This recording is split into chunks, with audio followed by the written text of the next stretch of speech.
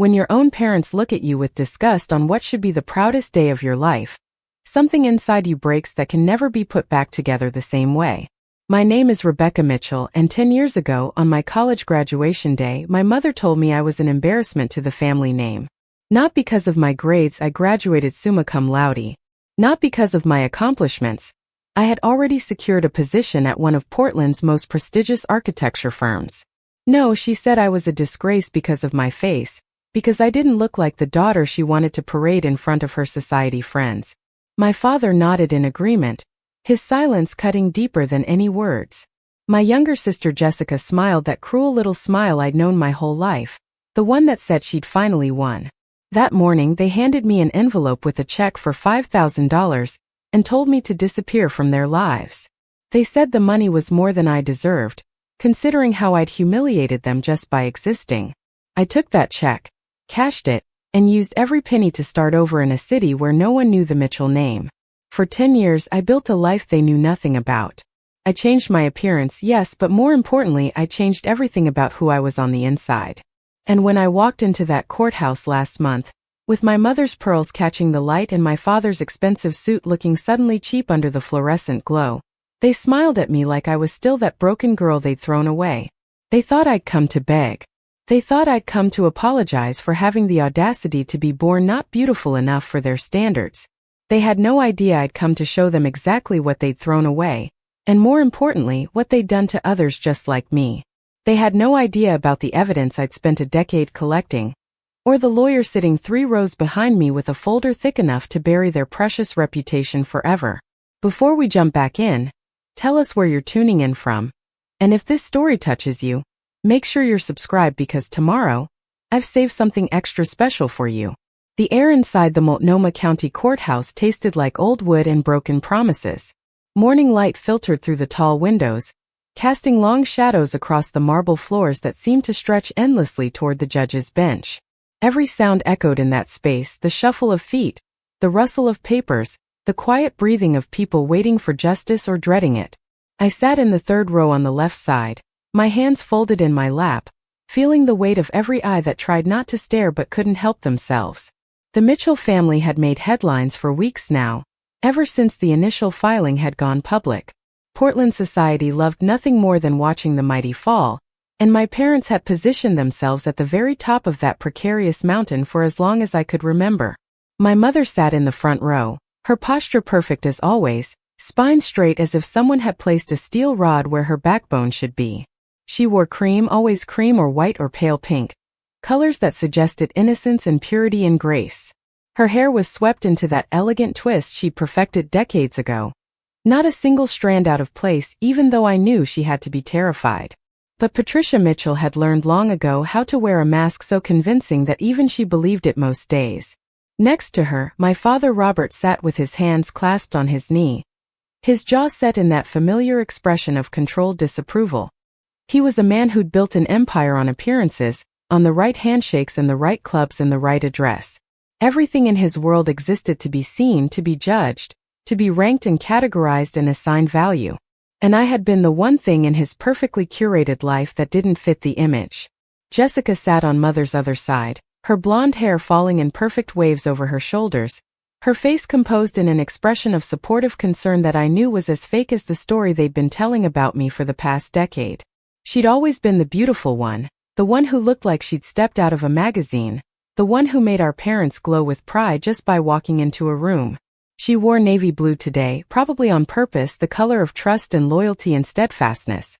Everything about their presentation had been calculated, choreographed, designed to tell the room that they were the victims here, that I was the unstable one, the ungrateful daughter who'd turned on her loving family. The gallery behind them was packed with reporters, their cameras ready, their notebooks open, hungry for whatever blood would be spilled today. I recognized faces from every major publication in Oregon, some from Seattle, even a few from California. The Mitchell case had become more than local news. It had become a symbol of something larger, something about family and cruelty and the price of perfection. Behind me, 3 rows back and slightly to the right, Daniel Foster sat with his leather briefcase on the seat beside him. He was younger than most people expected, barely 40, But he'd built his reputation on cases exactly like this one, cases where the powerful had crushed the powerless and thought they'd gotten away with it. When I'd first approached him 2 years ago with my story, he'd listened for 3 hours without interrupting, his face growing darker with each detail I revealed. At the end, he'd closed his notebook and looked at me with eyes that held both fury and something like hope. He'd said that if even half of what I told him was true, we could do more than win. We could change things. The bailiff stood near the judge's chamber door, his hand resting on his belt, his eyes scanning the room with professional detachment.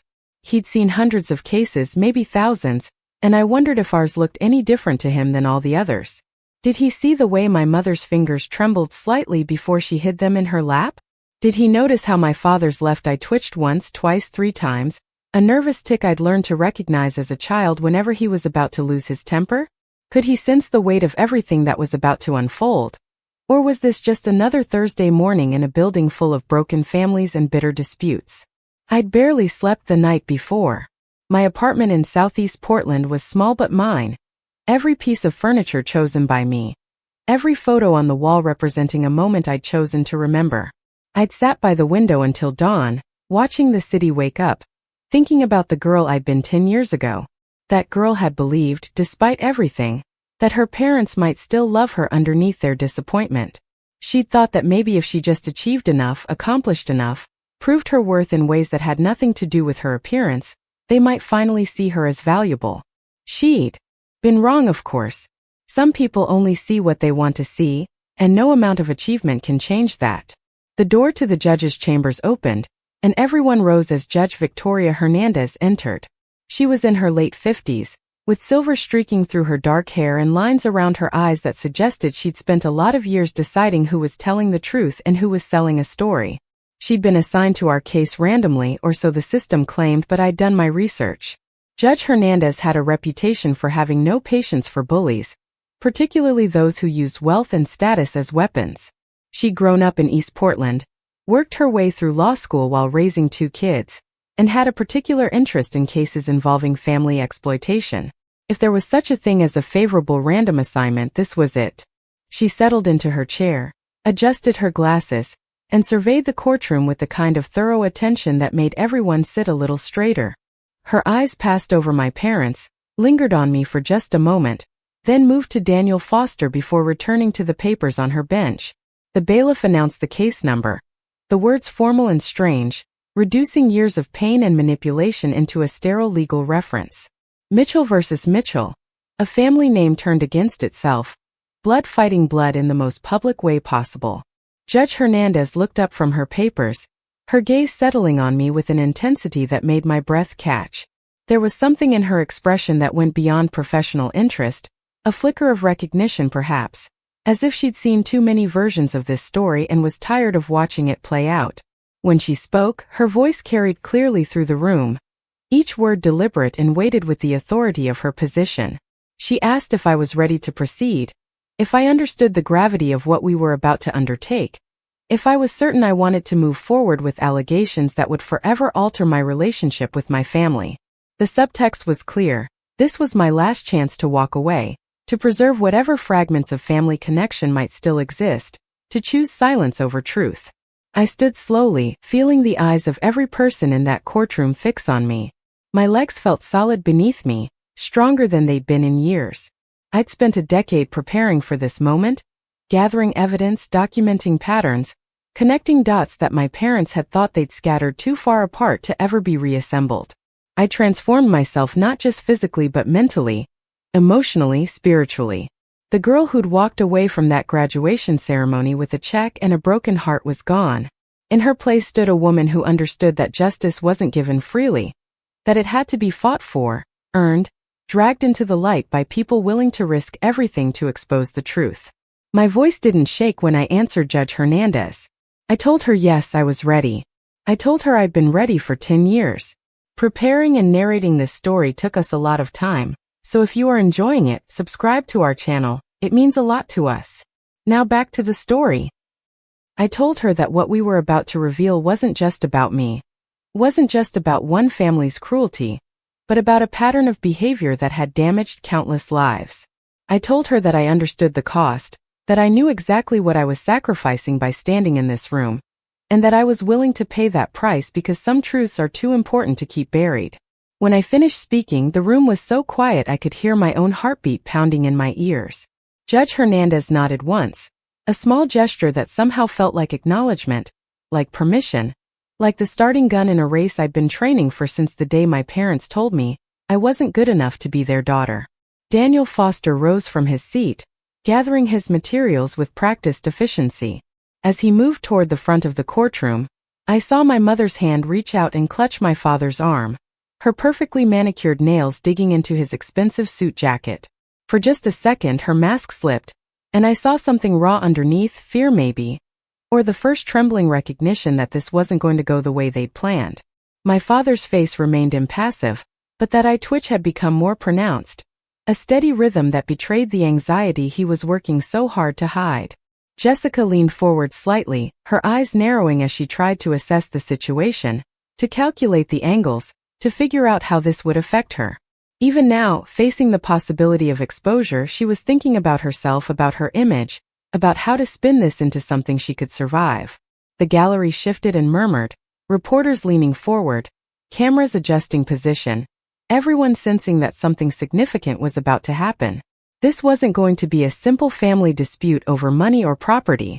The way Daniel carried himself, the thickness of that folder, the expression on Judge Hernandez's face, all of it suggested that what was coming would be bigger than anyone had anticipated. I could feel the anticipation building like pressure before a storm, that electric quality in the air that meant everything was about to change. I thought about my grandmother, Dr. Helen Warren, the only person in my family who'd ever made me feel like I mattered. She'd been a psychology professor at Pacific Northwest University, a woman who dedicated her life to studying human behavior and self-worth, and the ways families either build up or tear down the people they're supposed to love. She died 6 months before my graduation, and I'd always wondered if things might have been different if she'd lived. Would she have stopped my parents from disowning me? Would her presence have been enough to shame them into basic human decency? Or would they have done it anyway, just waited until she wasn't around to witness their cruelty? I'd never know the answer to those questions, but what I did know was that she'd left me something more valuable than money or status. She'd left me the truth, documented and preserved and hidden away until I was ready to use it. The late morning sun had shifted slightly, the light now streaming directly through the windows behind the judge's bench, illuminating dust particles that floated through the air like tiny witnesses to everything that was about to unfold. I could smell coffee from somewhere, probably from the break room down the hall, mixed with the scent of old paper and floor polish and the particular smell of anxious bodies packed into a small space. My hands were steady in my lap, my breathing even and controlled, my mind clear in a way it hadn't been in years. I'd spent so long preparing for this moment that now that it was here, I felt almost calm, like an athlete at the starting line of the race they'd trained their entire life to run. Judge Hernandez was reading through something on her bench, her finger tracing lines of text, her expression neutral but focused. Whatever she was reviewing seemed to require careful attention, and the room waited in respectful silence while she finished. I used the time to study my parents one more time, trying to see them clearly without the filter of childhood hurt or anger or longing. Patricia Mitchell looked older than I remembered, though she'd clearly spent a fortune trying to hide it. The work had been subtle but extensive, the kind of maintenance that required regular appointments and significant money, and a deep fear of losing the one thing she valued most, her appearance. Robert Mitchell looked tired beneath his authoritative exterior, the kind of tired that comes from carrying secrets for too long. And Jessica, beautiful Jessica, looked exactly like what she was, a carefully constructed facade with nothing substantial underneath. They'd built their entire lives on appearances, on maintaining an image that required constant effort, and the sacrifice of anything real or genuine. They'd thrown away their own daughter because she didn't fit the picture they wanted to present to the world. And in doing so, they'd set in motion a chain of events that had led us all to this courtroom, to this moment, to this reckoning that they'd never seen coming. Part of me, a small part one tried not to acknowledge, felt something like pity for them. They'd chosen appearances over love, image over substance, and now they were about to learn the real cost of that choice. But the larger part of me, the part that had survived 10 years alone, that had built a new life from nothing, that had spent countless hours gathering evidence and preparing for this day. That part felt nothing but a cold determination to see this through to the end. The spring of 2014 arrived in Portland with the kind of perfect weather that makes people forget how much rain they'd endured through the winter. Cherry blossoms lined the streets near Pacific Northwest University, their petals drifting across the walkways like pink snow, and the air smelled clean and full of possibility. Graduation day dawned bright and clear, the kind of day that felt like a promise, like the universe was saying that good things were coming if you just believed hard enough. I woke up that morning in my dorm room feeling lighter than I had in months, maybe years. 4 years of relentless work, of late nights in the architecture studio, of proving myself over and over again, were finally culminating in this single moment of recognition. Summa cum laude, the highest honors. And more than that, a job offer from Henderson & Associates, one of Portland's most respected architectural firms, waiting for me to accept it. My roommate Tina had already left for her own graduation ceremony in the business school, but she'd stuck a note on the bathroom mirror before she went. It said, "You did it, Becca. You're amazing and don't let anyone tell you different." She'd drawn a little heart at the bottom, and I'd felt my throat tighten when I read it, because Tina had been one of the few people in my life who'd made me feel like I was worth something just as I was. She'd never commented on my appearance except to compliment something I wore, or tell me my smile lit up a room. She'd never suggested I needed to change or fix or improve myself. She just accepted me as I was, and that kind of unconditional positive regard had been so foreign to me that it had taken me almost 2 years to trust it. I put on the dress I'd bought specifically for this day, navy blue with simple lines, nothing too flashy or attention-seeking. I'd learned early that drawing attention to myself and my family was dangerous, that it was better to fade into the background than risk being scrutinized and found wanting. My mother had trained me well in the art of invisibility, though she'd never understood that the lessons she'd taught me would eventually become armor rather than shame. I did my makeup carefully, not trying to transform myself but just trying to look polished and put together, the way someone should look when they're accepting a major academic honor. My hair, dark and thick and never quite willing to do what I wanted it to do, I pulled back into a simple bun at the base of my neck. Professional. Understated. Safe. The graduation ceremony was scheduled for 2 in the afternoon at the university's main outdoor amphitheater. My parents had confirmed they would be there, along with Jessica, though their confirmation had come through my mother's assistant rather than directly. That should have been my first warning, but I was too caught up in the day's significance to pay attention to the small signals I'd learned to read so carefully growing up. I'd wanted so badly for them to be proud of me, for this achievement to finally be enough to earn their approval, that I'd ignored every instinct telling me to protect myself. I met up with my classmates from the architecture program outside the building where we were supposed to gather before processing into the ceremony. Everyone was buzzing with nervous energy, adjusting caps and gowns, taking photos, laughing too loudly at jokes that weren't that funny because we were all running on adrenaline and relief, and the strange sadness that comes with endings, even when they're also beginnings. Marcus Thompson found me in the crowd, his grin wide and genuine, his graduation gown already rumpled despite the ceremony not having started yet. Marcus had been my friend since sophomore year, when we'd been paired together on a project designing a community center for an underserved neighborhood. He was studying urban planning with a focus on affordable housing, and we'd connected immediately over our shared belief that architecture and design should serve everyone, not just the wealthy. He pulled me into a hug that lifted me off my feet, spinning me around while I laughed and told him to put me down before he wrinkled my gown. He said we'd done it, we'd actually made it through, and wasn't it crazy that in a few months we'd be out in the real world actually getting paid to do what we loved. His joy was infectious, and for a few minutes I let myself just exist in that moment, surrounded by people who knew me and liked me and thought I was capable and valuable. It was a feeling I'd learned not to take for granted because I knew how rare it was, how easily it could slip away.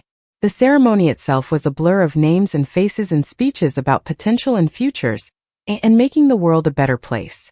I sat with my program in the section reserved for honors graduates, watching the sea of people in the audience, trying to spot my family but unable to see clearly from where I was sitting.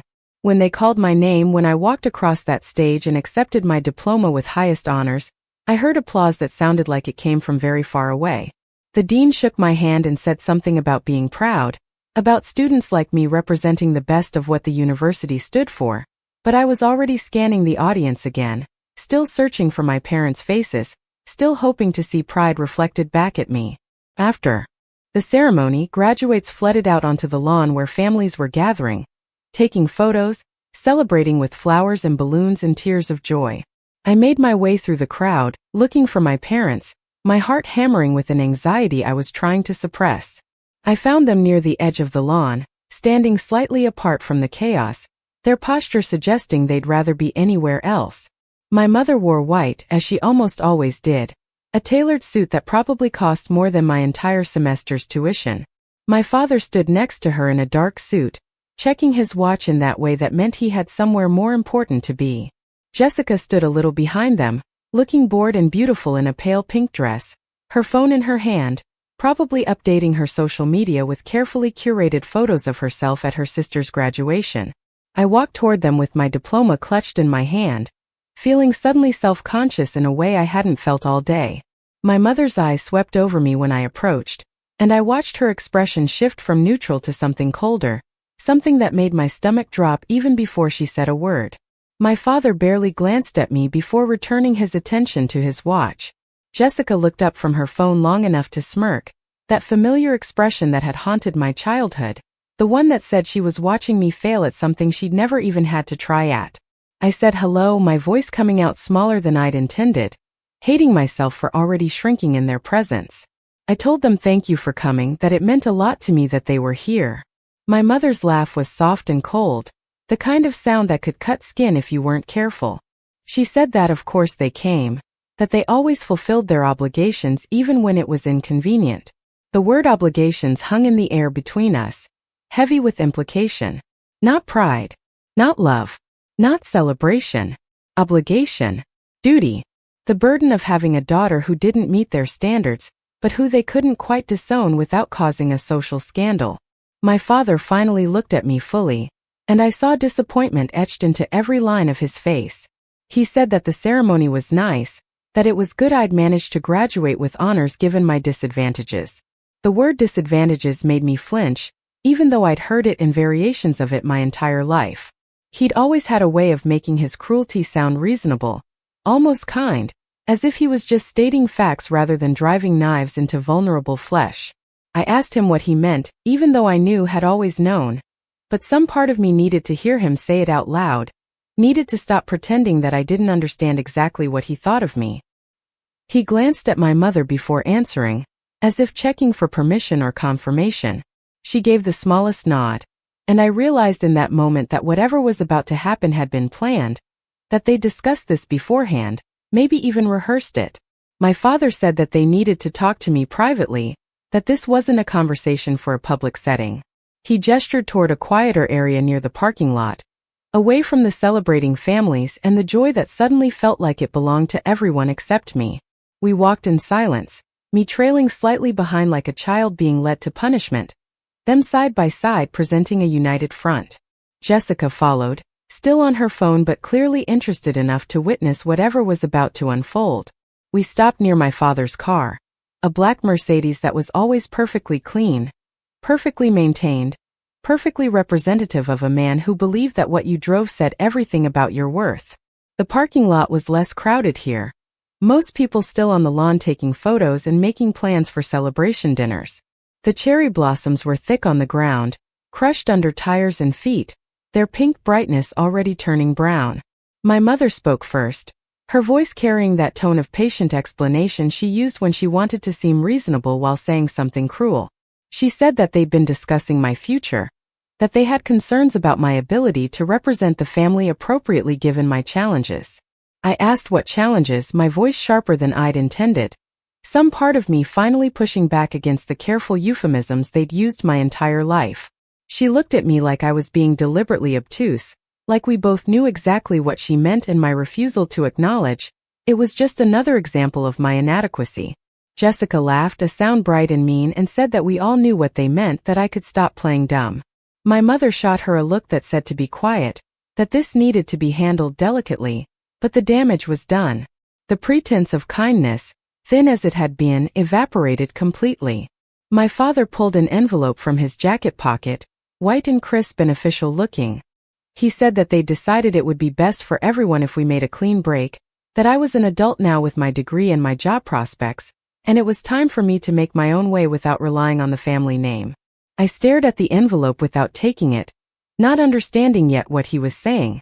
I told him I'd never relied on the family name, that I'd worked for everything I'd achieved, that my grades and my honors and my job offer had nothing to do with being a Mitchell. My mother made a dismissive sound, waving her hand as if brushing away my words like annoying insects. She said that everything had to do with being a Mitchell, that the reason I'd even been admitted to Pacific Northwest University was because of their donations, that the reason Henderson and Associates had offered me a position was because Robert Mitchell's name carried weight in this city. The words hit me like physical blows, each one landing with precision on insecurities I'd spent years trying to overcome. I wanted to argue, to defend myself, to pull out my portfolio and my transcripts and prove that my work spoke for itself regardless of my last name. But something in their expressions stopped me, something that told me it wouldn't matter what I said or showed them.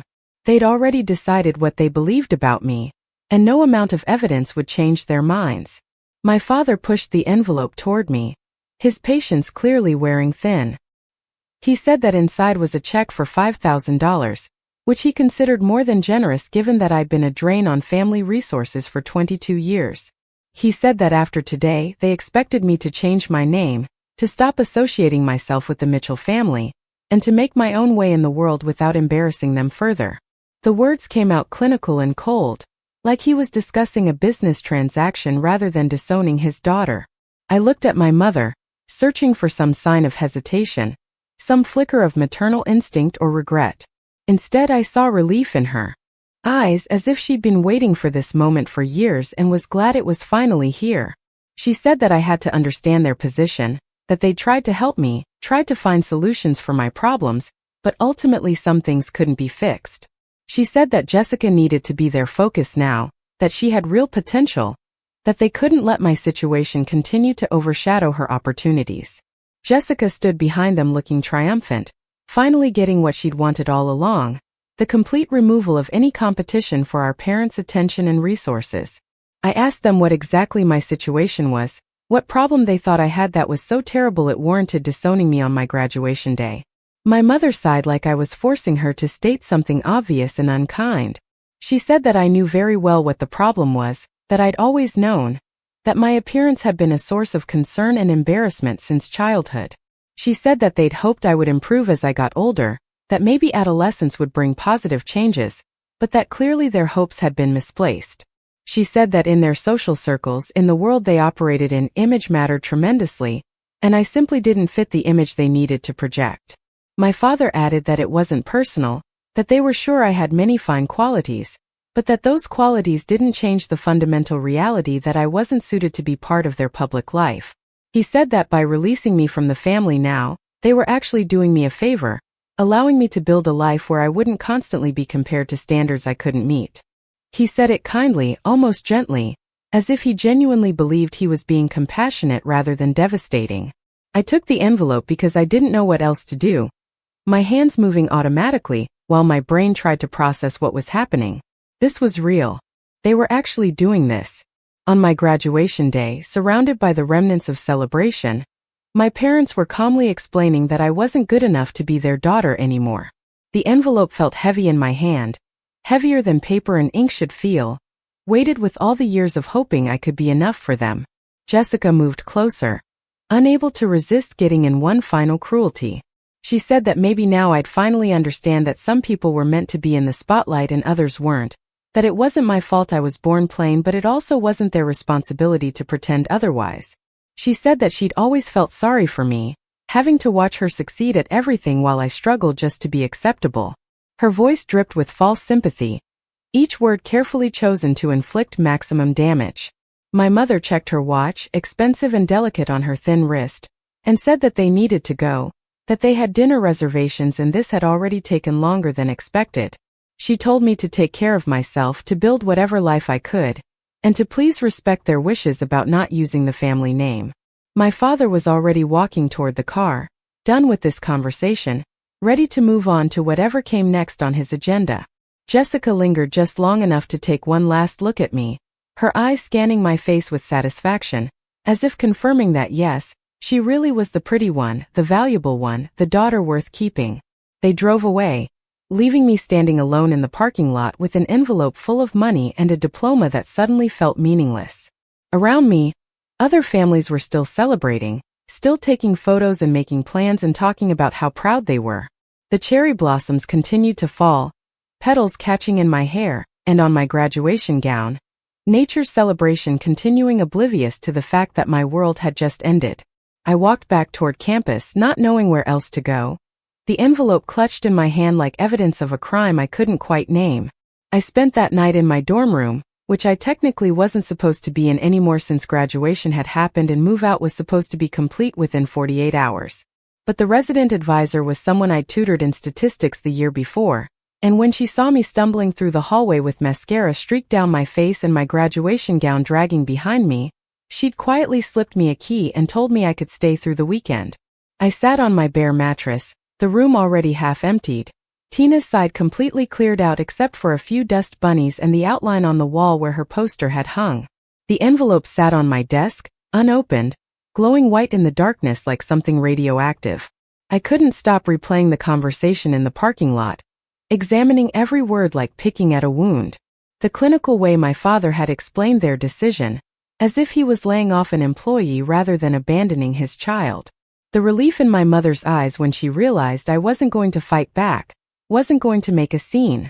Jessica's triumphant smirk, finally getting everything she'd ever wanted without having to share it with anyone.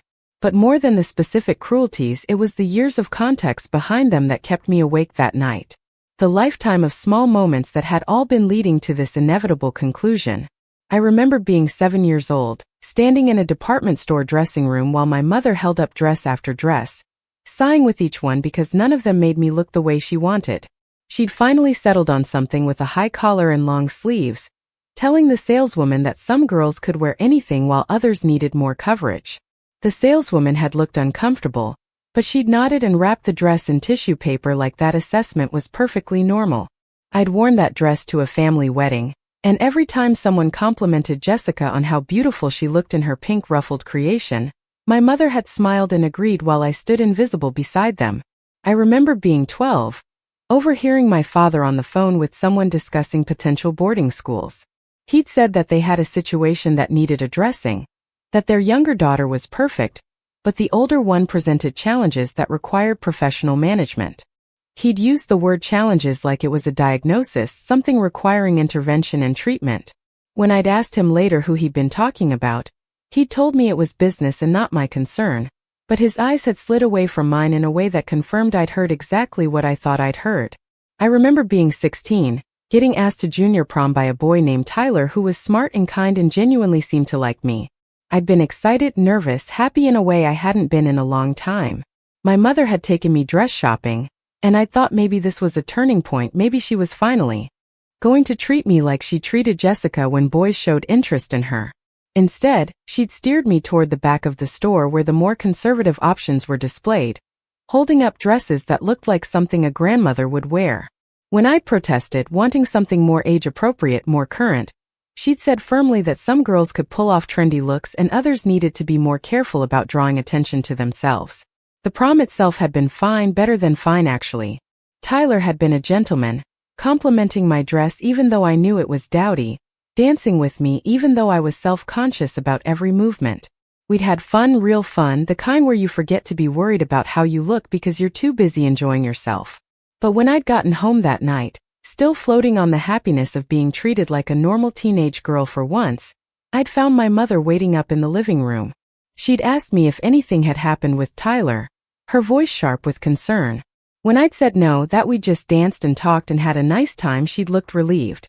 Then she'd said that it was probably for the best if I didn't encourage him, that she'd hate for me to develop expectations that couldn't be met. I'd been too young then to fully understand what she meant, but I'd felt the message underneath the words. Don't get your hopes up. Don't think someone might actually want you. Don't embarrass yourself by believing you're worthy of romance or desire or love. The message had sunk in deeper than I'd realized at the time, shaping the way I moved through the world, the way I interacted with people, the way I thought about my own value. By the time I got to college, I'd learned to make myself small and unobtrusive, to focus on achievement rather than connection, to pour all my energy into being exceptional at something that had nothing to do with physical appearance. Architecture had saved me in a way. In the studio, what mattered was your vision, your technical skill, your ability to solve complex spatial problems and create beauty out of function. Nobody cared what you looked like when you were bent over a drafting table at 3 a.m. trying to get the proportions right on a facade. The work spoke for itself, and I discovered I was good at it, better than good. My professors had praised my designs, my attention to detail, my ability to think about how buildings would actually be used by real people rather than just how they'd look in a magazine spread. For 4 years, I'd lived in a world where my value was determined by my abilities rather than my face, and I'd flourished in that environment. But my parents' assessment in the parking lot had stripped all of that away in minutes, reducing everything I'd accomplished to nothing more than their influence and name. They'd made it clear that in their eyes, my achievements were meaningless because I was fundamentally flawed in a way that no amount of success could fix. The check in the envelope was their final statement on my worth, $5,000 to compensate them for the inconvenience of having raised me, a severance package for a daughter they'd never wanted in the first place. As dawn broke on the morning after graduation, I finally opened the envelope. The check was exactly as my father had said, $5,000 made out to Rebecca and Mitchell in his precise, controlled handwriting. There was nothing else in the envelope, no note, no explanation beyond what they'd already said, no acknowledgement that this was anything other than a straightforward transaction. I held that check up to the early light coming through my dorm window, watching my father's signature loop across the bottom, and I felt something inside me that had been bent and compressed for 22 years finally snap. I'd spent my entire life trying to be enough for them, trying to compensate for whatever deficiency they saw in me, trying to prove that I had value despite not meeting their standards for appearance. I'd worked myself to exhaustion, achieved every academic honor available, secured a prestigious job, done everything right according to every measure except the one they cared about. And it hadn't mattered at all. Nothing I could do would ever matter because they decided before I was old enough to understand what was happening that I wasn't worthy of their love or acceptance or basic human decency. The anger that rose in me that morning wasn't hot and explosive. It was cold and clear and focused, like ice forming over deep water. They'd thrown me away, but in doing so they'd also released me. I didn't have to try to please them anymore. I didn't have to shrink myself to fit their expectations or apologize for existing in a way they found inconvenient. I could take their money, their dismissal, their final rejection, and I could use it to build something they'd never see coming. I could disappear like they wanted, but not in the way they imagined. I could become someone new, someone stronger, someone who understood exactly what they were and what they'd done. I took that check to the bank as soon as it opened on Monday morning. The teller processed it without comment, probably used to seeing large deposits from college students dealing with graduation gifts and loan disbursements. $5,000 appeared in my account, money from parents who'd made it clear it was the last I'd ever receive from them. I withdrew $2,000 in cash, put the rest in savings, and started making plans. The job offer from Henderson and Associates was real. I'd confirmed that with the hiring manager directly, but taking it would mean staying in Portland, working in a city where the Mitchell name carried weight, where I'd inevitably run into my parents at professional functions or society events, where I'd always be Rebecca Mitchell who wasn't quite good enough.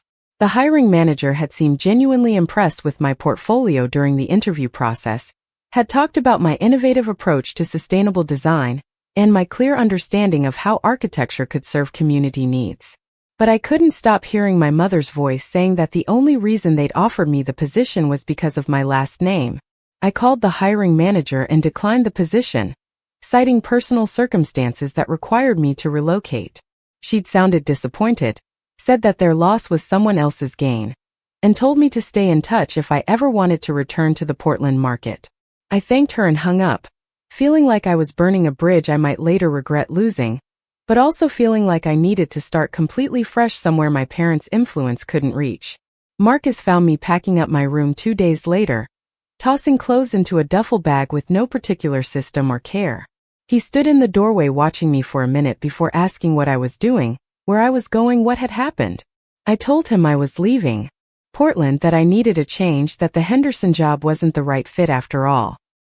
He'd looked at me with those sharp eyes that had always been able to see through whatever facade I was presenting, And he'd said quietly that this had something to do with my family, didn't it? It wasn't a question. I'd broken down then, the first time I'd really cried since the parking lot, telling him everything my parents had said, the way they'd disowned me, the check, the expectation that I'd disappear and never embarrass them again. Marcus had listened without interrupting, his face growing darker with anger on my behalf, his hands clenching into fists like he wanted to hit something. When I finished, he'd pulled me into a hug and said that my parents were shallow, cruel people who didn't deserve me, that I was brilliant and talented and worth 10 of them, and that if I really wanted to leave Portland he'd help me however he could. We spent the afternoon researching cities where I might be able to start over, places far enough from Portland that the Mitchell name meant nothing, places with strong architectural markets and progressive design cultures. Seattle was too close, San Francisco too expensive, Los Angeles too sprawling and image-focused. Marcus suggested Austin, Texas, a city known for its creativity and independence, a place where being different was celebrated rather than condemned. I looked up architectural firms in Austin, housing costs, weather patterns, trying to imagine myself in a place I'd never been, rebuilding a life from scratch. The decision felt both terrifying and liberating. I'd never lived anywhere but Portland, had barely traveled beyond the Pacific Northwest. Everything I knew about architecture was filtered through the lens of this region, its climate and materials and aesthetic preferences. But maybe that was exactly what I needed, to be somewhere completely different, somewhere I could reinvent myself without the weight of 22 years of conditioning and criticism dragging me down. I used some of the cash from my parents' check to buy a bus ticket to Austin one way, departing in 3 days. The rest I kept for initial expenses once I arrived, knowing I'd need to find a place to live and a job quickly before my meager savings ran out. Marcus helped me pack the few belongings I wanted to keep, mostly books and drafting supplies and a laptop that had barely survived 4 years of constant use. Everything else, furniture and kitchen supplies and clothes that felt like they belonged to someone I used to be, I donated or left behind. On my last night in Portland, Marcus took me to dinner at a small restaurant near campus, the kind of place where graduate students and professors gathered to argue about theory and politics over cheap wine and pasta. We didn't talk about my parents or the future or any of the heavy things that were weighing on both of us. Instead, we talked about our favorite projects from the past 4 years, the professors who'd inspired us, the all-nighters in the studio that had somehow been fun despite the stress and exhaustion. We talked about the community center we designed together sophomore year, how we'd both cared so much about making it functional and welcoming for the neighborhood it was meant to serve. Near the end of the meal, Marcus had pulled out a small notebook and torn out a page covered in his messy handwriting. He said it was a list of contacts he had in Austin, friends from a summer internship he'd done there after junior year, people who might be able to help me get established. He said that one of them, a woman named Angela Rodriguez who ran a small firm focused on affordable housing, was always looking for talented designers who cared about social impact. He made me promise to call her as soon as I got to Austin, to use his name to let his network become my network. I'd taken that page and folded it carefully into my wallet, next to my bus ticket and the driver's license that still bore the name Rebecca Mitchell. I told Marcus that I didn't know how to thank him, that he'd been a better friend to me than I probably deserved. He'd shaken his head and said that friendship wasn't about deserving, that I'd been there for him plenty of times over the past few years, that this was what people did for each other when they actually cared.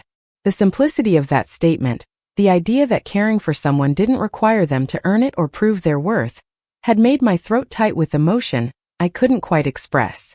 We'd walked back to campus through streets lined with blooming trees, the spring air warm and sweet, the city beautiful in the way Portland always was at this time of year. I tried to memorize it, knowing I might not be back for a long time if ever. This was the city where I'd grown up, where I'd learned to make myself small and quiet and acceptable, where I'd also discovered I was capable of more than I'd been told to expect. Leaving felt like failure and freedom mixed together, like running away and running toward something at the same time.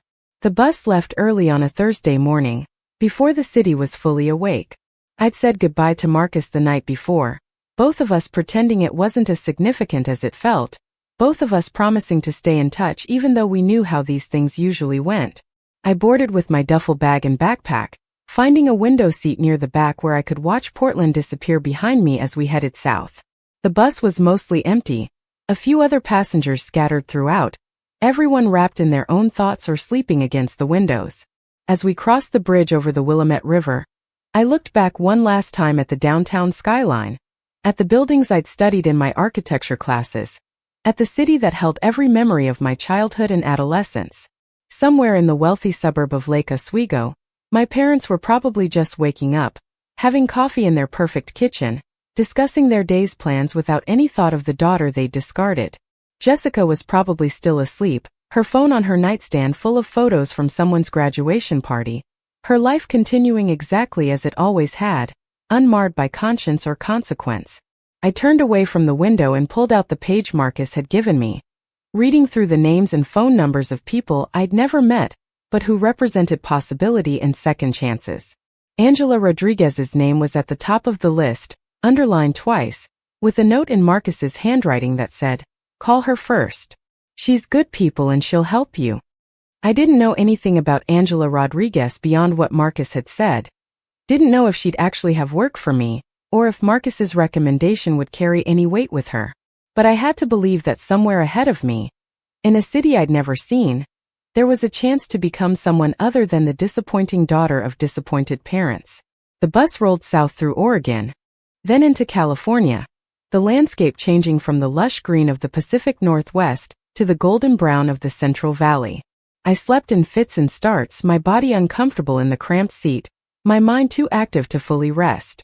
Other passengers got on and off at various stops, a rotating cast of travelers with their own stories and destinations.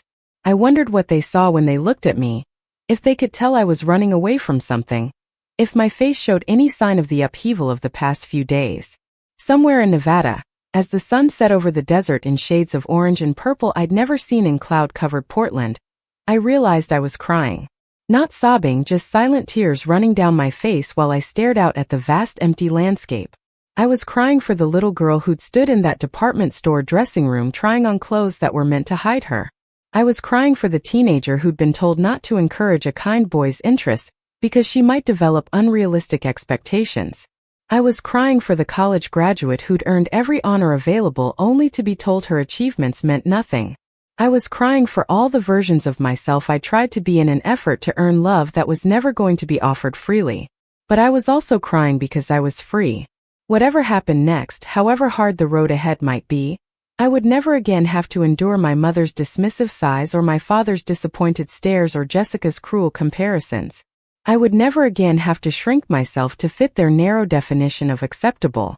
I could fail or succeed on my own terms, build a life that reflected my values rather than their expectations, become whoever I wanted to be without constantly measuring myself against standards designed to ensure I'd always fall short. The price of that freedom was everything I'd ever known, everyone I'd grown up with, the only family I had. But as the bus carried me further from Portland and closer to Austin, I started to believe that maybe the price was worth paying. I arrived in Austin on a Saturday afternoon in late May when the temperature was pushing 95 degrees, and the humidity made the air feel thick enough to swim through. The bus station was smaller than I'd expected, tucked into a part of downtown that felt gritty and real in a way that contrasted sharply with the gleaming tech campuses I'd read about online.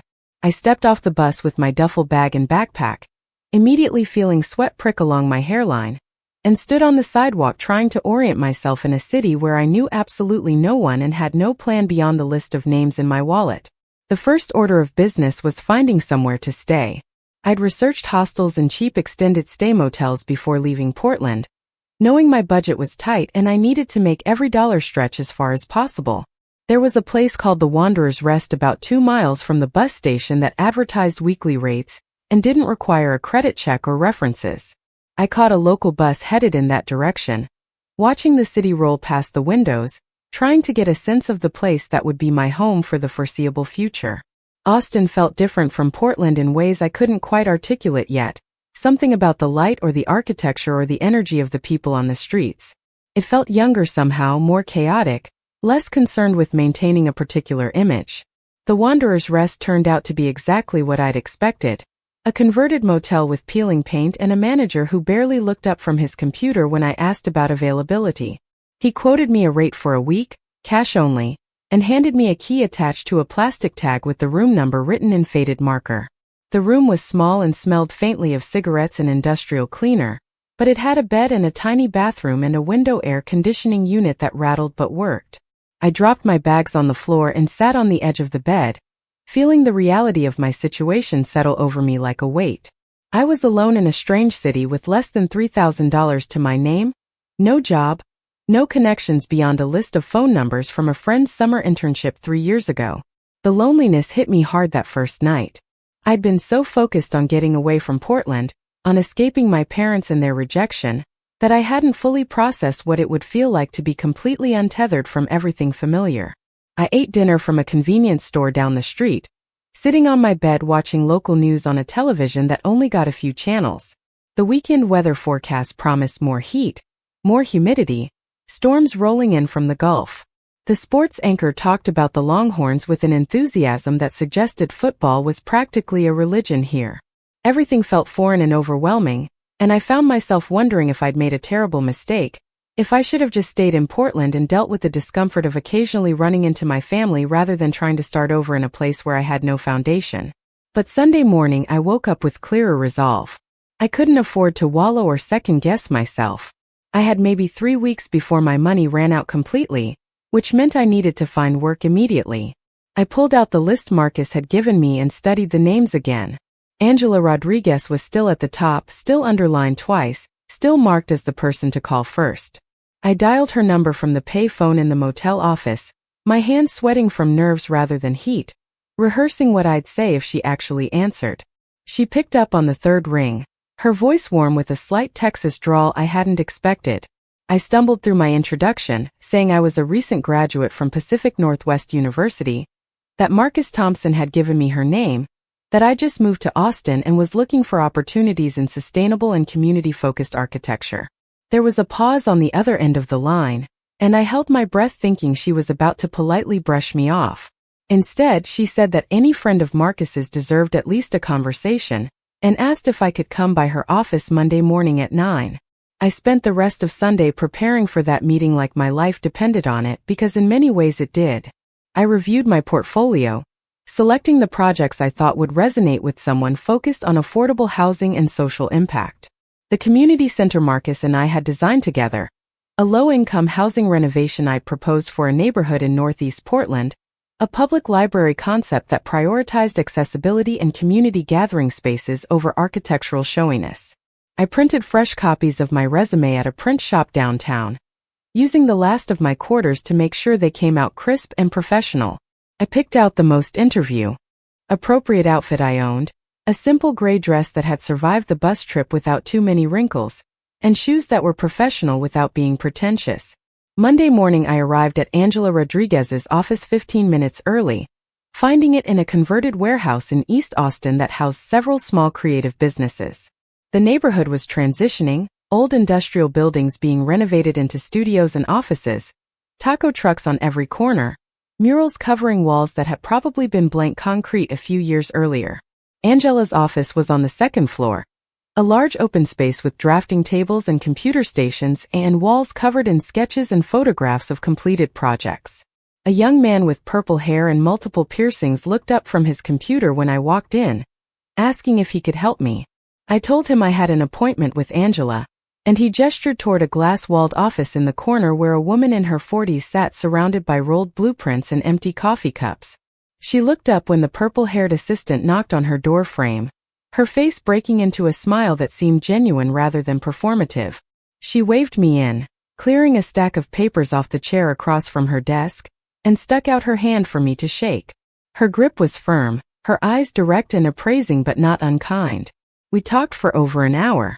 She asked about my education, my design philosophy, what had brought me to Austin, what I was hoping to accomplish in my career. I was honest with her in a way I hadn't planned to be, telling her that I'd left Portland because I needed a fresh start, that I was interested in architecture that served real people rather than just wealthy clients, that I believed good design should be accessible to everyone regardless of income. I showed her my portfolio, watching her face as she studied each project, the way her finger traced the lines of my drawings, the questions she asked about material choices and cost considerations, and how I'd thought about the actual humans who would use these spaces. When she finally closed my portfolio and looked at me across her cluttered desk, I braced myself for rejection disguised as encouragement, the kind of speech I'd heard from professors sometimes about how talented I was but how competitive the field was. Instead, Angela said that she didn't have a full-time position available immediately, but she could offer me contract work starting that week, helping with construction documentation on an affordable housing project in South Austin. The pay wouldn't be great, she warned, but it would be steady for at least 3 months, and if things worked out there might be opportunities for something more permanent down the line. I accepted before she'd even finished explaining the details, relief flooding through me so intensely I felt dizzy. She smiled and said she'd thought I would. That Marcus had sent her an email over the weekend saying I was someone worth taking a chance on, that he'd never steered her wrong before. I felt a rush of gratitude toward Marcus for reaching out without telling me, for using his connections on my behalf, for believing in me enough to put his own reputation on the line. Angela told me to come back Wednesday morning ready to work, that I should bring whatever supplies I had and a willingness to learn how they did things in Texas, which she promised was different from how they did things in the Pacific Northwest. Walking out of that office into the Austin heat, I felt like I could breathe properly for the first time since graduation. It wasn't the job at Henderson and Associates that I'd turned down, wasn't the prestigious position at a well-known firm that would have looked impressive on a resume, but it was real work with someone who cared about the same things I cared about, in a city where nobody knew or cared about the Mitchell family name. It was a beginning, which was all I needed. The next few months passed in a blur of work and adjustment and slowly building a life from nothing. The contract work with Angela turned into more contract work, then into a part-time position, then finally into a full-time role with benefits and a salary that allowed me to move out of the Wanderer's Rest into a small apartment in a neighborhood called Hyde Park. The apartment was nothing special, a studio in a complex full of graduate students and young professionals, but it was mine, paid for with money I'd earned through work I was proud of. I furnished it slowly from thrift stores and estate sales, choosing pieces because I liked them rather than because they projected the right image. Austin itself became less foreign as I learned its rhythms and peculiarities. The oppressive summer heat that had seemed unbearable in May became something I adapted to, learning to plan outdoor activities for early morning or evening, discovering that everyone just accepted that you'd be sweaty from June through September. I found coffee shops I liked, running trails along the river, breakfast taco places that became regular stops. I made friends slowly, mostly through work, people who knew me only as Becca the architect who did good work and had strong opinions about building codes and accessibility standards. I'd legally changed my name 6 months after arriving in Austin, a process that felt both momentous and anticlimactic. Rebecca and Mitchell became Rebecca and Warren, taking my grandmother's maiden name as a way to honor the one person in my family who'd ever made me feel valued. The clerk who processed the paperwork was bored and efficient, probably handling a dozen name changes that week for various reasons. To her it was routine paperwork. To me it was erasing the last official tie to people who'd made it clear they didn't want to claim me anyway. I got a new driver's license, updated my social security card, changed my name on my bank accounts and email addresses. Becca Warren felt like a different person from Rebecca Mitchell, and in many ways she was. The physical changes came gradually, not because I thought there was anything wrong with how I looked but because I wanted to feel different, to see someone new when I looked in the mirror. I started running regularly, partly for stress relief and partly because I'd never been athletic and wanted to prove to myself that I could be. I found a hairstylist who taught me how to work with my thick hair rather than fighting it, cutting it into a style that felt modern and intentional. I learned about skincare from a coworker who was passionate about it, not in a way that suggested I needed fixing but in a way that felt like self-care rather than self-improvement. I experimented with clothes that I actually liked rather than clothes designed to help me disappear, discovering I had opinions about fashion I'd never been allowed to explore. But the biggest change was internal, a slow shift in how I thought about myself and my worth. Working with Angela and her team, I was surrounded by people who valued creativity and problem-solving and social consciousness. My ideas were taken seriously, my designs were implemented, my contributions were recognized and appreciated. Nobody commented on my appearance except occasionally to compliment something I was wearing or to note that I looked happy or healthy. My value at the firm was determined entirely by the quality of my work and my ability to collaborate effectively with the team. It was the environment I'd had briefly in college, but now it was my everyday reality, and living in that reality day after day slowly rewired something fundamental in how I saw myself. I avoided contact with anyone from my old life in Portland. I didn't call my parents or Jessica, and they certainly didn't reach out to me. Marcus and I exchanged emails occasionally, brief updates on our respective lives, but even that communication became less frequent over time as we both got busy with work and new relationships and the general forward momentum of building adult lives. Social media made it easy to keep loose tabs on people without actually engaging with them, and I sometimes found myself looking at Jessica's Instagram, watching her post carefully curated photos of her seemingly perfect life. She'd gotten engaged to someone from a prominent Portland family, exactly the kind of match my parents would have orchestrated if they could have. My mother appeared occasionally in the background of photos, still beautiful, still perfectly put together, still projecting an image of gracious elegance that I knew was carefully maintained artifice. I felt nothing looking at those photos, no jealousy or longing or even anger anymore. They were strangers living a life I once been part of but no longer had any connection to. Sometimes I thought about reaching out, about sending an email to my parents updating them on my life, proving that I'd not only survived but thrived after they'd thrown me away. But I never did because I realized their approval or acknowledgement didn't matter to me anymore. The girl who desperately wanted her parents to be proud of her had been left behind in a parking lot in Portland, and the woman I'd become didn't need their validation to know her own worth. 3 years after moving to Austin, I got a call from a lawyer in Portland whose name I didn't recognize. He said he was handling the estate of Dr. Helen Warren, my grandmother, and that there were some items she'd left specifically for me. I'd known my grandmother had passed away, had seen the obituary online and felt the grief of losing the one person in my family who'd ever truly seen me.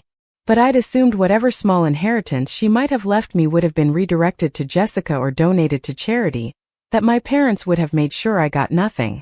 The lawyer said that wasn't the case, that my grandmother had been very specific in her will about my inheritance, and that he had documents that needed to be delivered to me in person or via secure courier. I arranged for the documents to be couriered to me in Austin, signing for a thick package that arrived on a Tuesday afternoon. Inside was a letter in my grandmother's handwriting, written months before her death when she'd apparently known she was dying. The letter explained that she'd always seen how my parents treated me, that she'd tried to intervene but had been told to mind her own business, that she'd felt guilty for not doing more to protect me from their cruelty. She wrote that she'd left me her house in Salem, Oregon, which she owned outright, along with the contents of her personal safe which she'd never told my parents existed. She said that inside that safe I would find things she'd been collecting for years, documentation of my parents' business dealings, evidence of things they'd done that weren't quite legal, insurance policies in case I ever needed leverage against them. The letter ended with an apology and a blessing. She wrote that she was sorry she hadn't been braver when she was alive, that she should have stood up to my parents more forcefully, that she regretted not being the advocate I'd needed. But she said she hoped that what she was leaving me now would give me the power to seek justice if I ever chose to, or at the very least the security of knowing I had options. She wrote that I'd always been her favorite grandchild, the one with the biggest heart and the most integrity, and that she was proud of who I was becoming even if my parents were too blind to see it.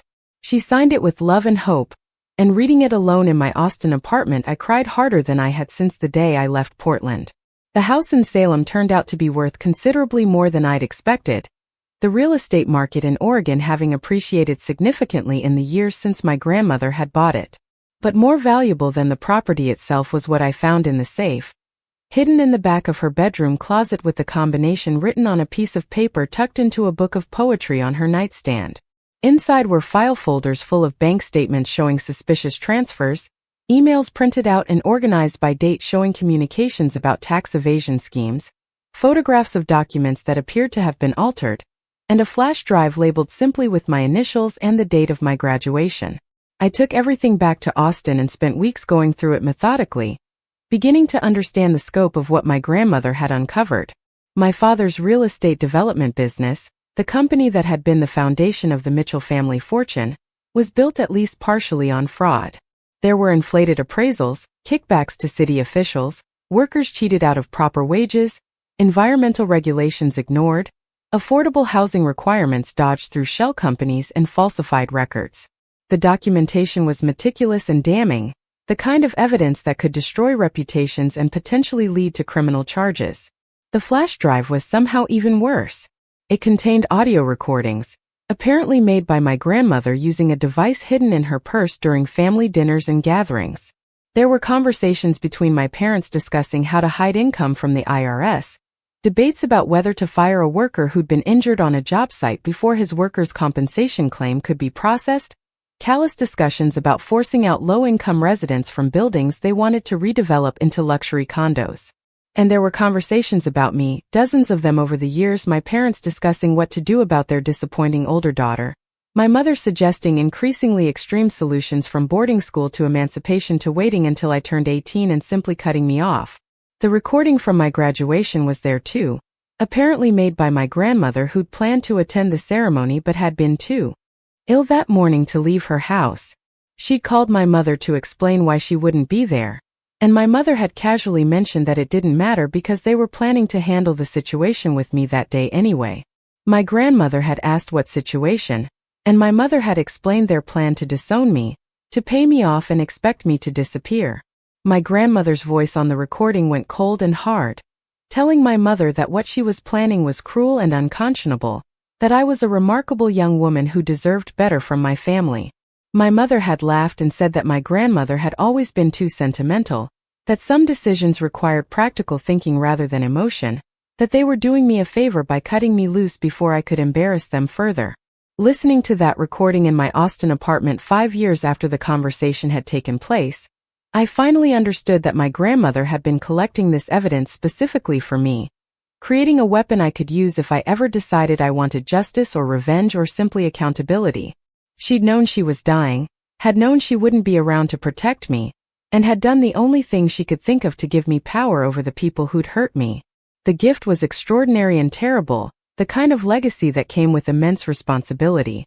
I sat with that evidence for months trying to decide what to do with it.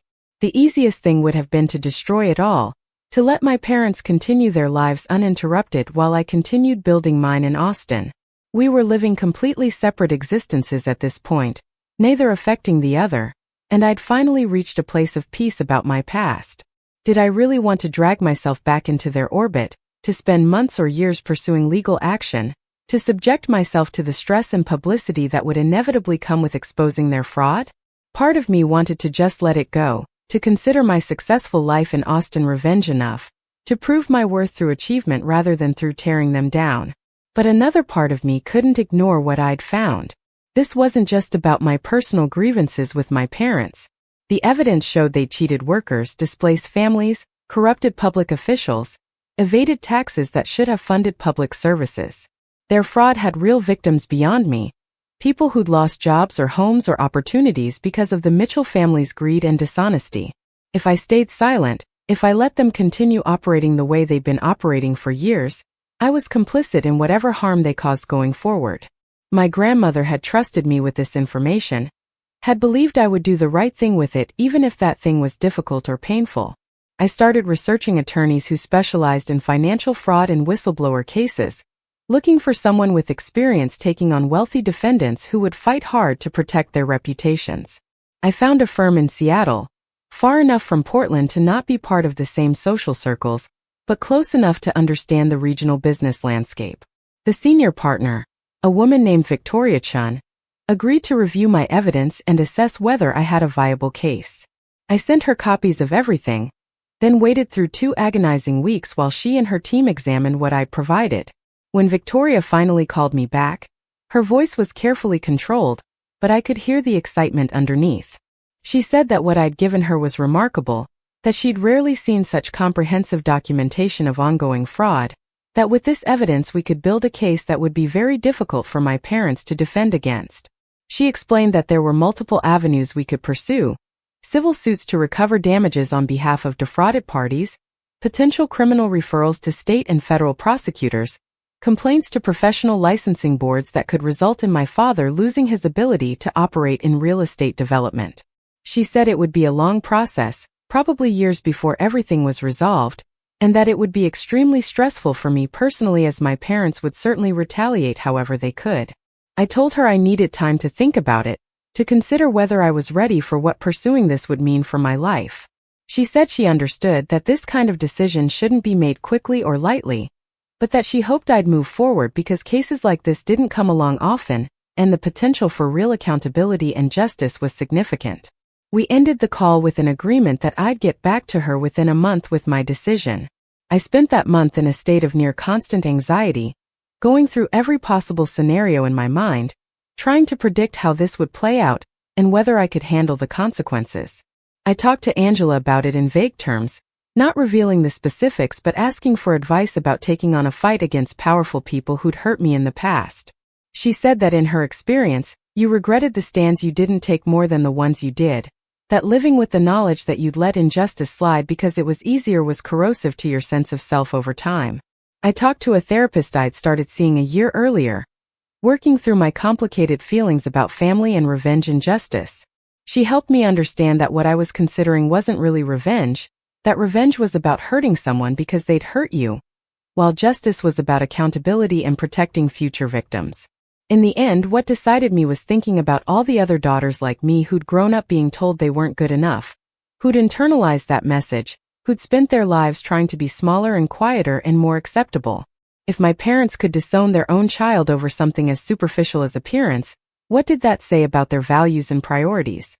And if those same values and priorities guided their business decisions, how many people had been hurt by their willingness to prioritize profit and image over ethics and human decency? I had the power to hold them accountable, to say publicly that what they'd done was wrong, to potentially prevent them from hurting others in the future. How could I live with myself if I had that power and chose not to use it? I called Victoria Chun and told her I wanted to move forward with whatever legal action she thought was appropriate. She said she'd start drafting complaints and organizing the evidence into formats that would be most effective for different venues. She warned me again that this would be difficult, that my parents would hire the best attorneys money could buy, that they'd try to paint me as vindictive and unstable, that every aspect of my life would be scrutinized and potentially used against me. I told her I understood, that I'd spent 27 years being scrutinized and found wanting by my parents, and I was done letting their judgment define me. The first lawsuit was filed 6 weeks later, a civil action on behalf of a group of workers who'd been cheated out of proper wages and benefits by Mitchell and Associates. The evidence my grandmother had collected made the case straightforward enough that Victoria was confident we'd win, but she said that wasn't really the point. The point was to start a public process that would expose the pattern of fraud, that would encourage other victims to come forward, that would begin to unravel the carefully constructed image my parents had built over decades. The lawsuit made regional news immediately, the Mitchell name prominent enough in Portland that any suggestion of wrongdoing was newsworthy. My name appeared in the articles as the whistleblower who'd provided the evidence, Rebecca Warren, formerly Rebecca Mitchell, estranged daughter of the defendants. My phone started ringing constantly, reporters wanting interviews, old acquaintances from Portland reaching out with curiosity disguised as concern, even a few messages from people claiming to be victims of my parents' business practices asking if they could be included in the legal action. I gave one carefully worded interview to a journalist I'd researched and decided to trust, explaining that this wasn't about family drama but about accountability for business fraud, that the evidence spoke for itself, that I hoped justice would be served regardless of the defendant's wealth or social standing. The article that ran from that interview was fair and thorough, laying out the allegations without sensationalism, noting my credentials and career separate from my family, treating me as a credible witness rather than a vindictive daughter. My parents' response was exactly what I'd expected. Their attorney released a statement painting me as a troubled individual with a history of mental instability, suggesting I'd fabricated evidence out of anger over a routine family disagreement years earlier, implying that my grandmother had been senile and easily manipulated in her final months. They trotted out Jessica to give interviews about how worried they were about me, how they tried to help me over the years but I'd always been difficult and resistant to support. The narrative they constructed was designed to make me look unreliable and vindictive, to suggest that any evidence I provided should be viewed with extreme skepticism. But the evidence was too strong to be dismissed that easily. Other attorneys started filing additional suits as more victims came forward, each new complaint adding weight to the accusations. Regulatory agencies opened investigations into Mitchell and Associates' business practices, auditors started examining their financial records, reporters started digging into their history and finding patterns that corroborated what I'd revealed. What had started as a single lawsuit expanded into a comprehensive unraveling of my parents' business empire. And for the first time in their lives they were facing consequences they couldn't buy or charm their way out of. Through all of this I stayed in Austin, continuing my work with Angela's firm, trying to maintain some normalcy even as my past consumed increasing amounts of my time and energy. The legal process was exactly as difficult as Victoria had warned it would be. Depositions where opposing counsel tried to break me down, court appearances where I had to face my parents across a courtroom, media attention that made me feel constantly exposed and judged. But I had something I hadn't had 10 years earlier when they disowned me in a parking lot. I had a support system of people who believed in me, a career I was proud of, a sense of self-worth that wasn't dependent on my parents' approval, and the certain knowledge that what I was doing was right even if it was hard. The day I walked into the Multnomah County Courthouse for the preliminary hearing on the workers' wage theft case, I wore a gray suit I'd bought specifically for court appearances and the pearl earrings my grandmother had left me in her will. I looked professional and put together, but more importantly, I felt strong and certain and ready for whatever came next. My parents sat on the opposite side of the courtroom with their expensive attorneys and their carefully maintained appearances, and when my mother caught my eye and smiled that familiar dismissive smile, I smiled back. Because this time I knew something she didn't. I had already won. Not the case, though I was confident we'd win that too, but the larger battle for my own soul and identity and right to exist in the world without apologizing for who I was. The preliminary hearing lasted 3 days, with testimony from former employees of Mitchell and Associates, who detailed the systematic wage theft they'd experienced. Workers described being paid for 40 hours when they'd worked 60, benefits promised but never delivered, overtime rates calculated incorrectly to save the company money. The pattern was clear and consistent across years and multiple projects, demonstrating that this wasn't occasional oversight but deliberate policy. My father's attorneys tried to argue that any discrepancies were the result of accounting errors, that a company as large as Mitchell and Associates inevitably had some administrative mistakes, that there was no proof of intentional wrongdoing. But Victoria Chun was methodical and relentless, walking the judge through the evidence my grandmother had collected. She showed emails where my father explicitly instructed his payroll manager to find ways to reduce labor costs, even if it meant creative interpretation of hour logs. She presented testimony from a former bookkeeper who'd quit after being asked to falsify timesheets, who'd kept her own copies of the original documents showing what hours workers had actually logged versus what they'd been paid for. She demonstrated that the so-called errors always benefited the company and never the workers, that they occurred too consistently and in too similar a pattern to be accidental. I sat in the gallery watching this unfold, seeing my father's confident facade begin to crack as the evidence mounted. He'd always been so certain of his own cleverness, so sure that his money and connections would protect him from consequences. Watching him realize that protection had limits, that documentation and testimony from credible witnesses could pierce through the shield of wealth and status, was surreal. My mother sat beside him maintaining her gracious expression, but I could see the tension in her shoulders, the way her hands gripped her purse too tightly. Jessica wasn't there for the hearing, probably advised by their attorneys that her presence wasn't helpful, that the optics of the whole family showing up like it was a social event rather than a legal proceeding would play poorly. The judge ruled at the end of the third day that there was sufficient evidence to proceed to trial, and furthermore that the pattern of behavior demonstrated suggested potential criminal liability beyond the civil claims. He referred the case to the district attorney's office for review of possible charges of fraud and wage theft. My father's lead attorney objected strenuously, arguing that the judge was overstepping his authority, but the judge was unmoved. He said that when evidence of criminal activity was presented in his courtroom, he had an obligation to ensure appropriate authorities were notified, and that the defendants would have ample opportunity to defend themselves through proper channels. Walking out of the courthouse that afternoon, I was immediately surrounded by reporters shouting questions. How did I feel about the judge's ruling? What did I want to say to my parents? Was I satisfied with how the case was proceeding? I'd prepared a brief statement with Victoria's help, something that struck the right balance between confidence and respect for the ongoing legal process. I said that I was grateful the judge had recognized the seriousness of the allegations, that I hoped this case would bring justice for the workers who'd been exploited, and that I looked forward to the truth emerging through the legal system. I didn't mention my parents directly, or make any inflammatory comments that could be used against me later. But as I finished speaking and turned to leave, I saw them emerging from a different courthouse exit, their attorneys running interference with the press. My father looked older than I remembered, the stress of the past months evident in new lines around his eyes and mouth. My mother still looked impeccable, but there was something brittle in her perfection now, as if she was holding herself together through sheer force of will. For just a moment, our eyes met across the courthouse steps, and I saw something I'd never seen in her expression before. It wasn't quite fear, but it was close. It was the realization that she'd lost control of the narrative, that the careful image she'd spent decades crafting was crumbling, and there was nothing she could do to stop it. The months following that preliminary hearing were a cascade of consequences for my parents. The district attorney did pursue criminal charges, initially for wage theft and fraud related to the workers' claims, but then expanding as investigators dug deeper into Mitchell and Associates' business practices. The civil lawsuits multiplied as more victims found courage to come forward.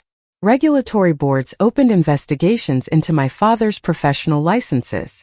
Banks that had financed Mitchell and Associates projects began examining whether they'd been provided accurate information or if loan documents had been falsified. The carefully constructed empire my parents had built was being dismantled piece by piece, and everyone who'd ever been impressed by the Mitchell name was now watching them fall. The social consequences were almost as severe as the legal ones. Portland society, which had embraced my parents as pillars of the community, turned on them with the particular viciousness that comes from feeling deceived. Charity boards asked my mother to resign from positions she'd held for years. The country club where my father had been a member since his 20s quietly suggested he might be more comfortable elsewhere. Invitations to galas and fundraisers stopped arriving. Friends who'd socialized with them for decades suddenly became unavailable for lunch dates and golf outings. The social capital they'd accumulated over a lifetime evaporated almost overnight, replaced by scandal and speculation and schadenfreude.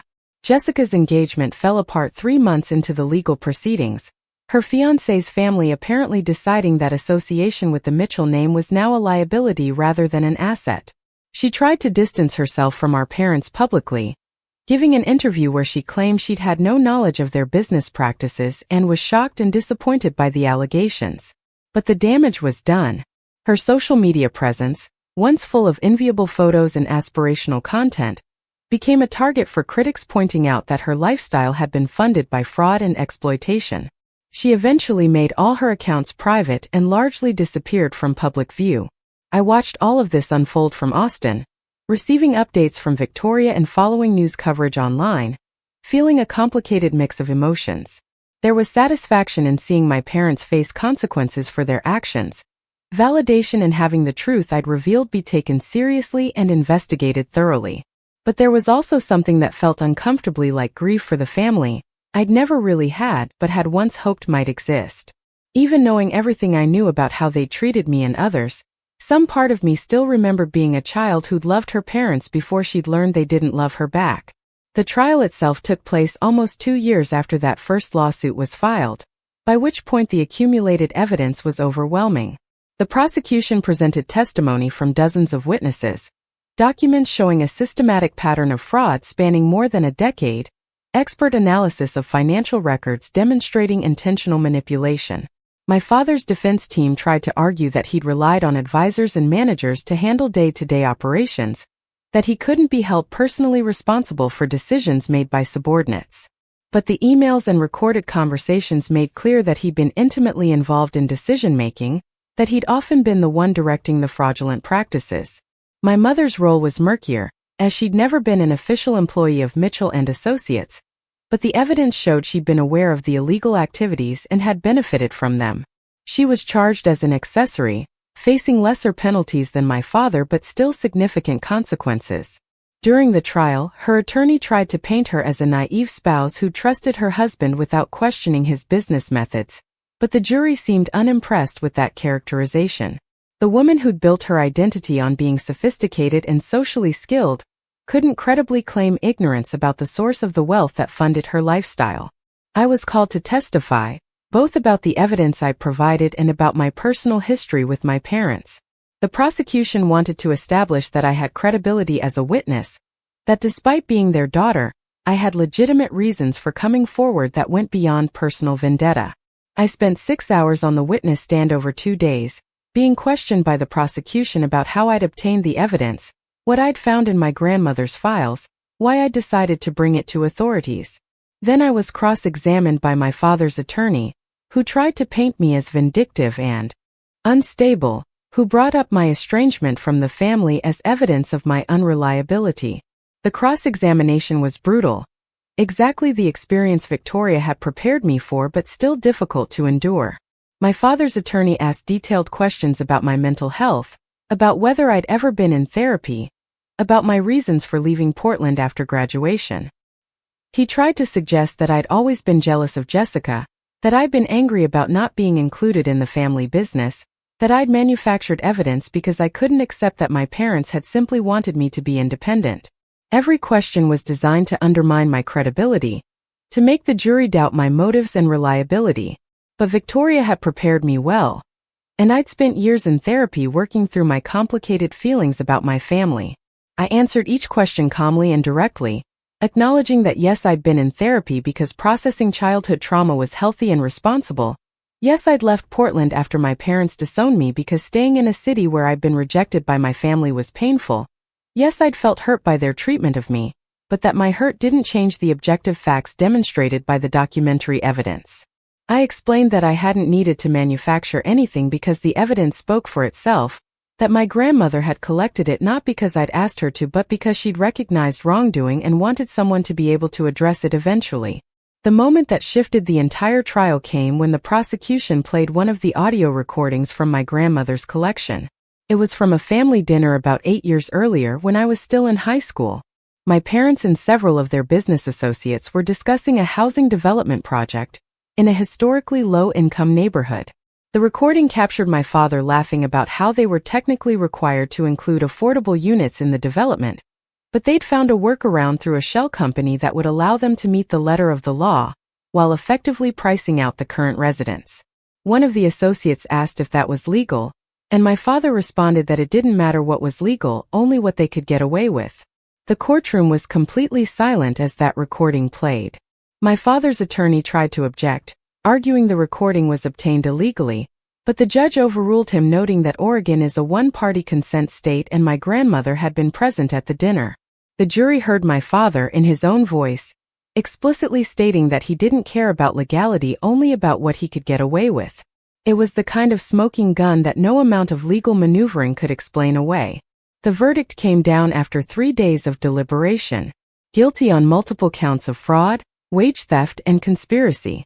My father faced up to 15 years in prison, my mother up to 5 years as an accessory. They were also ordered to pay millions in restitution to victims and face civil penalties that would likely consume most of their remaining assets. The Mitchell family empire, built over decades through a combination of legitimate business and systematic fraud, was effectively destroyed. Properties would be sold to pay judgments, the company would be dissolved, the name that had once commanded respect in Portland would become synonymous with corruption and exploitation. I wasn't in the courtroom when the verdict was read, having returned to Austin after my testimony concluded. Victoria called me as soon as it happened, her voice tight with professional satisfaction. She said we'd won, that justice had been served, that the case would likely become a landmark example of successful prosecution of white-collar crime. She said I should be proud of what I'd accomplished, that without my courage in coming forward none of this would have been possible. I thanked her for her work, ended the call, and sat in my Austin apartment feeling strangely empty. I'd spent years building toward this moment, preparing for this confrontation, working toward holding my parents accountable for their actions. Now that it had happened, now that they'd been found guilty and would face real consequences, I didn't feel the triumph or closure I'd expected. Instead, I felt exhausted and sad, grieving for the family I'd never had and the parents who'd chosen money and image over integrity and love. The win felt hollow somehow, justice served but nothing truly restored or healed. Angela found me at my desk the next day staring blankly at architectural drawings I was supposed to be reviewing. She asked if I was okay, if I wanted to talk about the verdict, if I needed time off to process everything. I told her I didn't know how I was supposed to feel, that I'd accomplished what I set out to do but it didn't feel the way I'd imagined. She sat down across from me and said something I've never forgotten. She said that justice isn't about feeling good. It's about doing what's right, even when it's hard and complicated, and doesn't give you the satisfaction you think you deserve. She said that I'd given voice to people who'd been exploited, that I'd held powerful people accountable for their actions, that I'd demonstrated integrity even when it cost me personally. Whether or not it felt triumphant, it mattered. In the months after the verdict, I started to understand what she meant. I received letters from some of the workers who'd been awarded restitution through the civil settlements, thanking me for coming forward, telling me how much the money meant to their families, expressing gratitude that someone had finally held Mitchell and Associates accountable.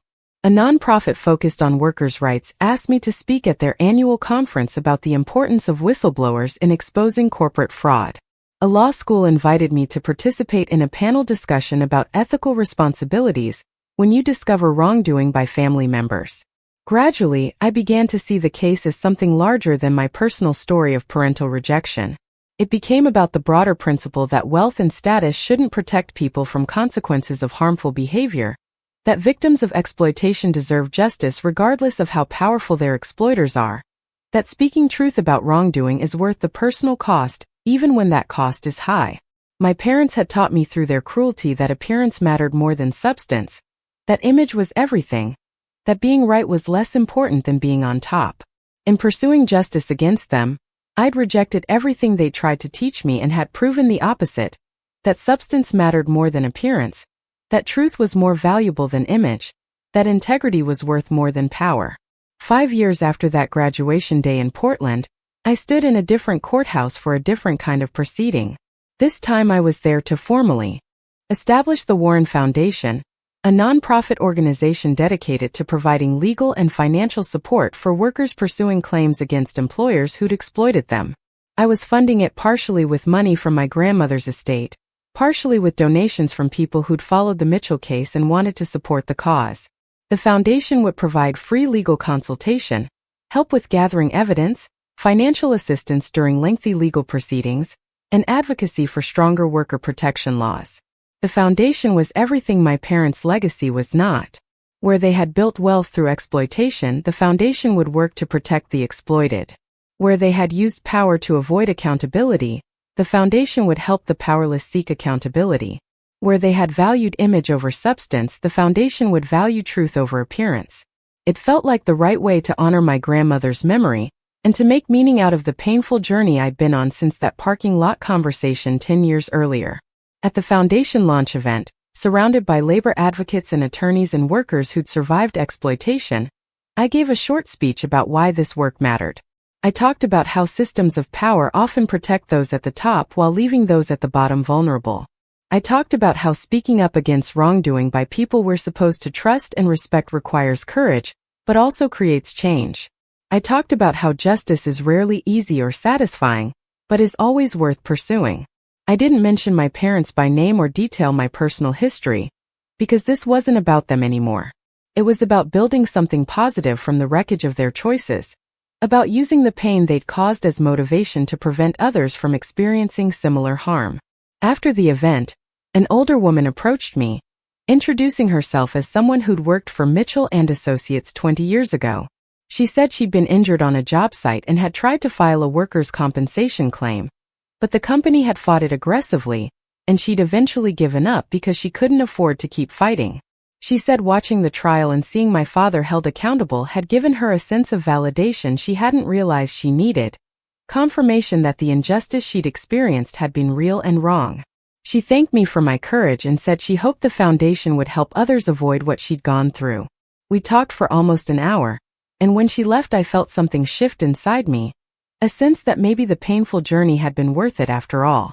My parents served their sentences at different facilities, my father at a federal prison in California, my mother at a minimum security facility in Washington. I didn't visit either of them or maintain any contact. Some people asked if I felt guilty about that, if I worried about them or wished things could be different. The honest answer was no. They'd made choices that led them to where they were, the same way I'd made choices that led me to where I was. The difference was that my choices had been guided by principles of integrity and justice, while theirs had been guided by greed and vanity. I didn't owe them my sympathy or my presence or my forgiveness, and I'd learned through years of therapy that you don't have to forgive people just because they're family. Jessica reached out to me once about 3 years after the verdict. She sent an email that was carefully worded, probably reviewed by a therapist or attorney. She said she understood why I'd done what I'd done, that she recognized our parents had treated me unfairly, that she was sorry for her part in their cruelty toward me. She said she'd spent a lot of time in therapy working through her own issues about our family, that she'd come to realize how toxic the environment we'd grown up in had been, that she hoped maybe someday we could have some kind of relationship. The email felt sincere in a way Jessica had never been before, suggesting maybe she really had done the work of self-examination and growth. I thought about responding for several weeks, drafting and deleting multiple versions of what I might say. In the end, I sent a brief reply thanking her for reaching out, acknowledging that our childhood had been damaging for both of us in different ways, but explaining that I wasn't interested in rebuilding a relationship with anyone from that chapter of my life.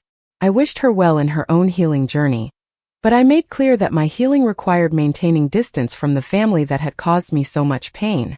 She didn't respond to that message, and I didn't hear from her again. It felt like a door closing, final but not angry, just a clear boundary about what I was and wasn't willing to have in my life going forward. 10 years after that graduation day, I stood in front of a group of architecture students at the University of Texas giving a guest lecture about socially conscious design.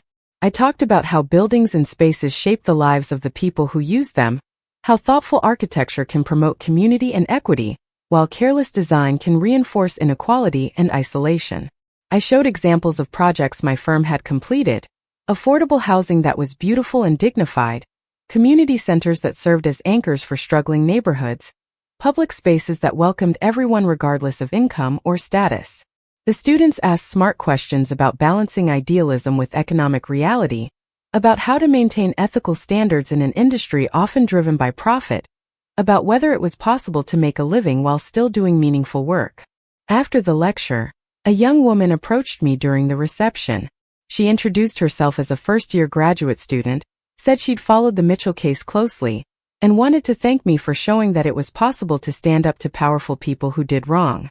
She said her own family had expectations for her that didn't align with her values, that they wanted her to go into corporate law while she wanted to focus on public interest work, that they'd threatened to cut her off financially if she didn't follow their plan.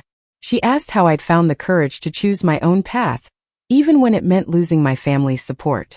I thought carefully about my answer, wanting to give her something honest and useful rather than platitudes. I told her that courage wasn't the absence of fear. It was acting according to your values despite fear. I said that losing my family had been devastating, that there were still moments when I felt the grief of that loss, but that compromising my integrity to maintain their approval would have been worse. I told her that building a life aligned with your values takes time and effort and often requires sacrifice, but that the peace that comes from knowing you're living authentically is worth more than any amount of money or family approval. I said that she had to decide for herself what mattered most, that no one could make that choice for her, but that choosing integrity over convenience rarely led to regret even when it led to hardship. She thanked me with tears in her eyes, and I recognized something of my younger self in her. That desperate need for permission to be yourself, for confirmation that choosing your own path was okay even when authority figures disapproved. I gave her my contact information and told her to reach out if she ever needed advice or support, that sometimes having someone further down a similar path could make the journey feel less lonely. She became one of several young people I've mentored over the years, people struggling with family expectations or ethical dilemmas, or the challenge of building meaningful careers in fields that don't always value meaning over profit. The work with the foundation and my firm became deeply intertwined, each informing the other. Designing spaces for vulnerable populations while also advocating for the workers who built those spaces felt like a complete expression of the values I'd developed through my own struggles. I'd learned firsthand what it felt like to be devalued and dismissed, to have your worth determined by criteria that had nothing to do with your actual qualities or capabilities. That experience shaped everything about how I approached both my professional work and my advocacy, creating a commitment to dignity and fairness that went beyond abstract principles to lived reality. Looking back on the decades since my parents disowned me in that parking lot, I can see how every difficult moment led somewhere necessary. The rejection that felt like it would destroy me actually freed me to become myself. The evidence my grandmother left me, which could have been a burden of revenge, became instead a tool for justice. The pain of losing my family opened space for me to build chosen family with people who valued me for who I actually was rather than who they wanted me to be. The courtroom victory that felt hollow at first became meaningful, as I watched its ripple effects help others find their own justice. My life now looks nothing like what my parents wanted for me, and that's exactly as it should be. I'm not married to someone from a prominent family. I don't attend society galas or serve on prestigious boards. I don't live in a mansion or drive a luxury car, or wear designer clothes. Instead, I do work that matters with people I respect. I live in a home I chose because it felt right rather than because it impressed anyone. I spend my time on projects that align with my values rather than projects that enhance my status. I'm building a legacy based on integrity rather than image, on substance rather than appearance, on truth rather than careful presentation. The girl who stood in that parking lot 10 years ago would barely recognize the woman I've become. That girl was still hoping for her parents' approval, still measuring herself against their standards, still believing somewhere deep down that maybe if she achieved enough or became enough they might finally see her value. This woman knows her value isn't determined by anyone else's assessment, that approval from people who lack integrity isn't worth pursuing, that the only standards that matter are the ones she sets for herself. The transformation wasn't easy or quick, but it was necessary and ultimately liberating. Sometimes I still think about my parents, wonder how they're doing, whether prison changed them or just made them bitter. I wonder if they ever understood what they'd lost when they chose image over love, status over decency, appearance over substance. I wonder if they have regrets, if they wish they'd made different choices, if they recognize the direct line between their values and their downfall. But mostly I don't wonder about them at all, because they're no longer the center of my story. They're just the painful beginning that made the rest possible, the darkness that taught me to recognize and build toward light. Up next, you've got 2 more standout stories right on your screen. If this one hit the mark, you won't want to pass these up. Just click and check them out.